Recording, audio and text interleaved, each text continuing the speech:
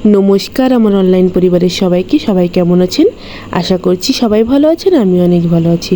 আমি পূজা আপনাদের মাঝে হাজির হলাম নতুন একটা ব্লগের সাথে। এই যে আমি চলে গিয়েছি বাবার বাড়ি।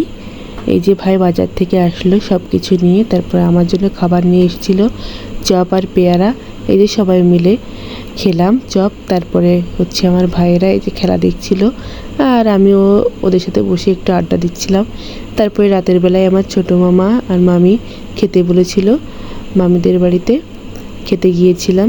এই যে সবাই মিলে একটু আড্ডা দিলাম, খাওয়া দাওয়া করলাম। তারপরে এই যে পরের দিন সকালে একটু গ্যাসের সমস্যা হচ্ছিল, এই জন্য একটু জল আর মুড়ি খেয়ে নিলাম। খেয়ে নিয়ে ভাতটা বসিয়ে দিলাম রাইস কুকারে, তারপরে একটু চা করলাম। আমি মূলত গিয়েছিলাম, আমার মায়ের শরীর খারাপ, মা একটু পড়ে যেয়ে পায়ে ব্যথা পেয়েছে, পায়ে সমস্যা হয়েছে, এই জন্য আর কি। তাই গিয়ে আমি এই প্রথম আর কি সবটাই কাজ নিজে হাতে করার চেষ্টা করছি, মাকে যতটা সম্ভব কাজ না করানোর জন্য। তারপরেও মা কি শোনে বলেন। যাই হোক, তো এই যে মাকেও চা দিয়েছি, আমিও চা খেলাম। খেয়ে তারপরে তরকারি কাটতে বসে গেলাম। এই যে এই শাকটা আমার খুব পছন্দের, এই জন্য ভাই নিয়ে এসেছিল।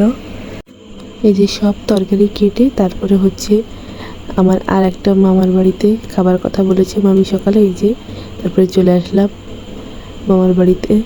আসলে আমার মামা বাড়ির পাশেই হচ্ছে আমাদের বাড়িটা, এই জন্য।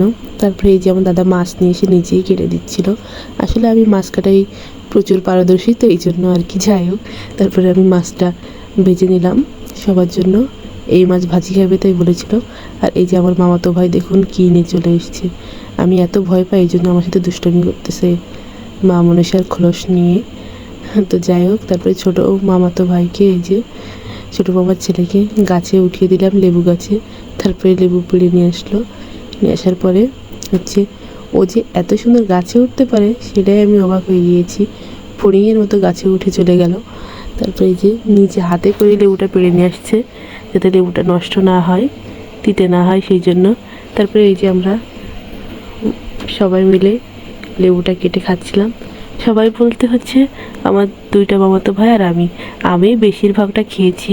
আসলে এই গাছের লেবু ভীষণ টেস্টি, এই জন্য এত স্বাদ, তার কি বলবো, সেই স্বাদ, জাস্ট ওয়াও আর কি। তারপরে এই যে ভাই আমাদের হচ্ছে চাল কুমড়া গাছ থেকে একটা চাল কুমড়া পেড়ে দিল। তারপরে আমি আর ভাই চলে গিয়েছিলাম সন্ধ্যার পরে আমার মাসিমণিদের বাড়িতে। এই যে পূজার জন্য হচ্ছে এই কুট্টুসের জন্য জামা কিনেছিল আমার বাবার বাড়ি থেকে আর কি, সেটা দিতে। তারপরে আমাদের বাড়িতেও গিয়েছিলাম, বাট সেটার ভিডিও করা হয়নি। আমাদের বাড়ির সবাই, মানে আমার শ্বশুর বাড়ির সবাই জন্য একটু নিয়ে গিয়েছিল, সেই জন্য গিয়েছিলাম ভাইয়ের সাথে। আমিও যে আবার ভাইয়ের সাথে চলে এসেছিলাম। তারপরে এই যে পরের দিন সকালে হচ্ছে আমার ছোটো মামাতো বোন এর আর ছোটো মামির চুল কেটে দিচ্ছিল মা, সেটা একটু ভিডিও নিচ্ছিলাম। আর পাশে মেজো মামিও দাঁড়িয়েছিল। তারপরে এই যে সন্ধ্যার সময় আমরা আমাদের বাড়ির পাশে এই যে নড়াইলে হচ্ছে সর্বমঙ্গলা মন্দির, এই যে পুলিশ লাইনের পাশে, এখানে পুজো হচ্ছিল মানে সরি হচ্ছে, তাই আমরা ওখানে একটু গিয়েছিলাম বোধন পুজো দেখতে। তারপরে এই যে আর কি মায়ের দর্শন করলাম, মাকে প্রণাম করলাম। মাকে দেখলেই মনটা শান্ত হয়ে যায়। তারপরে এই সাইডে এই যে বোধন পুজো হচ্ছিল, এই দেখুন। তারপরে ঢাকি কাকুকে বললাম একটু বাজাতে, সে আবার বাজানো শুরু করলো। তো তারপরে এই যে দিদিকে ঠাকুরমশাই প্রসাদ মাখাতে দিয়েছিল, তো দিদি প্রসাদ মাখাচ্ছে নৈবেদ্য। তারপরে মাখিয়ে আমাদের সবাইকে, এই যে আমার ছোটো মামাতো বোন, মানে ছোটো মামার মেয়ে আর কি। তারপরে দিদি আমাদের এই যে মাখিয়ে প্রসাদ দিল, সবাইকে দিল। তারপরে বাড়ি আসার পথে হচ্ছে একটু বাদাম কিনলাম, কিনে সবাই খেতে খেতে আসছিলাম। এই যে আমার মামাতো বোন বলছে যে সে আবার খাবার খাবে, তাই একটু খাবার কেনা হলো ওখান থেকে। কিনে এই যে আমরা চলে আসছি বাদাম খেতে খেতে। দেখুন কি, আমার বাদাম খুব খেতে পছন্দ, মানে ভীষণ ভালো লাগে আর কি। তারপরে হচ্ছে আমরা, আমার বড় মামার মেয়ে হচ্ছে আমার আরেকটা মামাতো বোনের হাজব্যান্ড এসছে, এই জন্য আমরা একটু আবার ঘোরাঘুরি করতে গেলাম বাধাঘাটে। এই যে বাধাঘাটে মায়ের মুখটা আপনারা দর্শন করুন। তারপরে এই যে আমরা একটু ঘোরাঘুরি করছিলাম। আসলে বাধাঘাটটা নড়াইলের একটা সুন্দরতম জায়গা, আপনারা তো সবাই জানেন। আর আমারও তো খুব ভালো লাগে বাধাঘাটটা। এই যে আমি একটু দুষ্টুমি করছিলাম, আবার ওরা ভিডিও করেছে। আসলে কি জানেন তো, এইসব সব স্মৃতি হয়ে থেকে যায় আর কি, সবাই তো চলেই যায়। তারপর আমি একটু ভিডিও বানাচ্ছিলাম, কিন্তু আমার মামাতো বোন এত বাজেভাবে ভিডিও করে দিয়েছে, তাই আমি বললাম যে আর ভিডিও করতে হবে না তোর। আর বাধাঘাটে এই ফুলটা অবশ্যই আপনারা যারা নড়াইলে থাকেন তারা দেখে থাকবেন। আমার এই ফুলের গাছটা যে এত সুন্দর লাগে তা বলে বোঝাতে পারবো না।